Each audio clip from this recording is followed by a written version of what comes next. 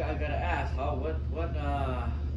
what brought you to the dark side, as we call it? Because nobody, it's like we're, none of the surfers want to come over, or they don't want to admit it, I should say. Well, there's a lot that do. They come and they play and they dabble and they have the interest, but they don't want to admit it.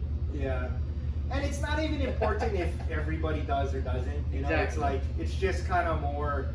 If you're into it, you're into it. If it feels good, do it, right?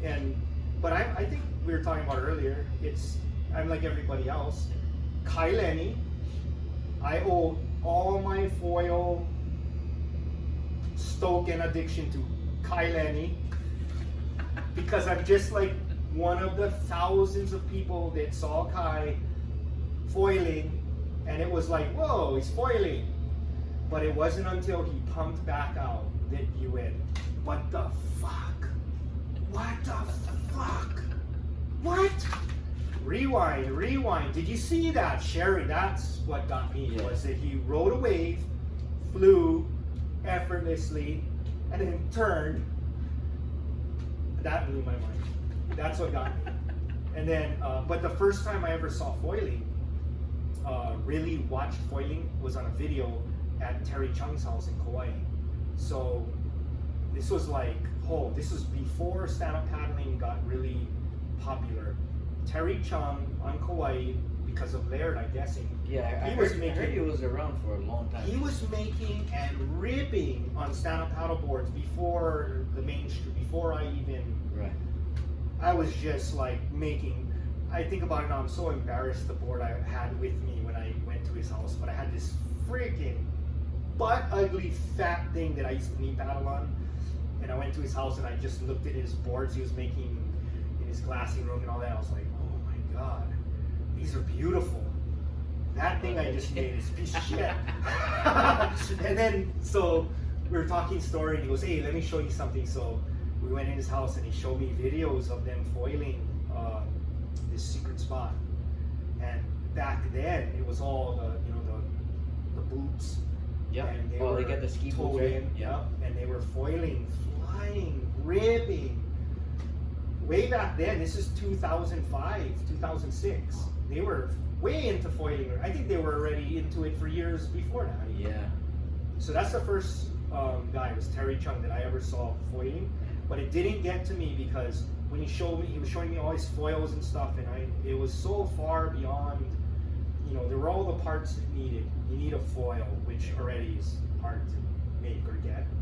You need the ski boots, the right placement, the board, and then you got to get a jet ski. It was just so much going. There was no paddling in and foiling back then. So I was like, wow, must be cool to be you guys. Like, holy shit, you guys get to do this too. You guys get all the toys. You guys got all the toys. You guys got all the toys. I'm like, I just going back and do stand-up paddling. So he was the first guy I ever saw, and then I don't know, when was that? When did Kai Lenny come out with that? 3 years ago, about something like that? Was it 2019? Gotta be around 2016. Yeah. So about 3 years ago, he came out with that. Boom, jaw dropper. Wow, I would do that, and then I never saw anyone do it in person. And then Laleo Kinimaka came to me. I don't know how, somehow I talked to Laleo about something. I don't even remember how we talked again, because I used to make boards for Laleo for some stuff years ago. Laleo was really, really next level stand-up paddler too, just ripped, hard, clean. And then he was already foiling, and then we got together and we kind of did a custom board, which is also back here, a 610. And he loved it immediately. He was ripping on it, and I made myself a stand-up paddle 610 also, but thicker. And I got a Cloud 9 foil from Chris Gutsite, and I went out on my first session. I put it on the bottom of an 8.6 subboard. Oh yeah, shit.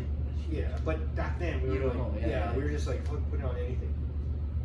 So I got the that board, went out there and just got annihilated. Like I wasn't like everybody.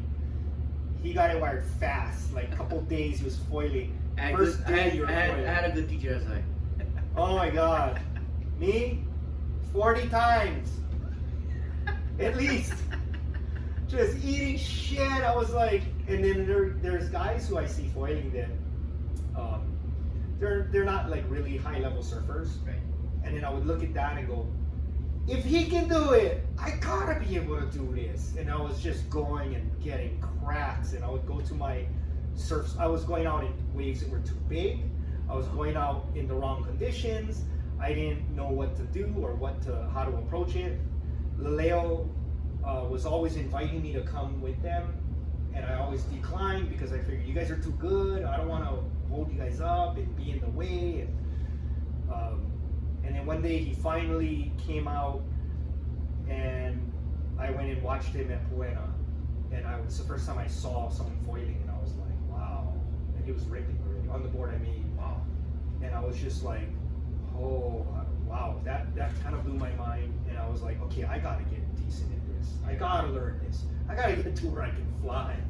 And then he kind of gave me some pointers. He was watching me, just going, okay, Blane, you're just doing it all wrong. That's why you can't stand up. Right, yeah. And then he gave me some tips and pointers, and then so I went with that. And then Tuba from Kauai, one of my friends, he's all into foiling, and Tuba was giving me more tips, and his tips kind of took me past where Laleo kind of I learned those things from Laleo that I kind of got me to a certain point, right. And then everything Tuba was telling me got me to where I could fly and turn and stuff. So I just kind of listened to whatever Tuba was saying. I just focused on that, and that was it. I was hooked after that. But I was only doing stand-up paddle. Oh, okay. And then I converted to pro. Yeah. So now I only want to pro because it's just so much smaller. You know. Yeah. And you know the whole thing with foiling is the smaller your board is, the better it flies. Pretty much. It's kind of like the rule of thumb. Yeah. So I see a lot of.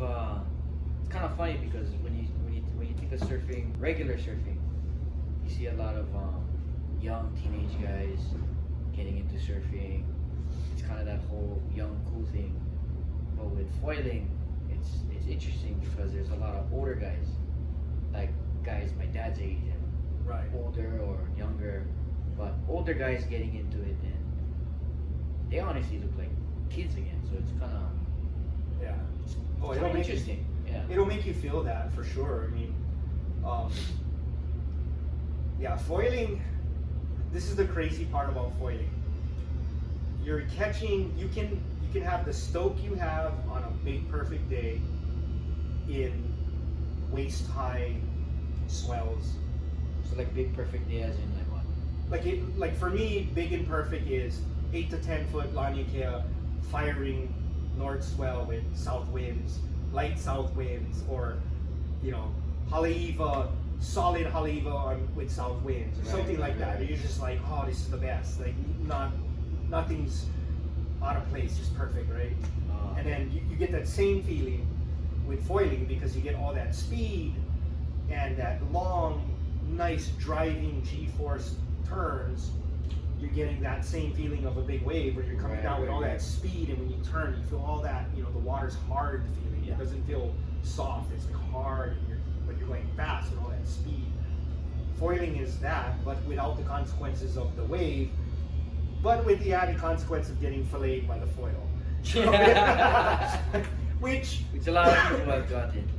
Yeah, and I've been fortunate I haven't got fucked up by the foil yet.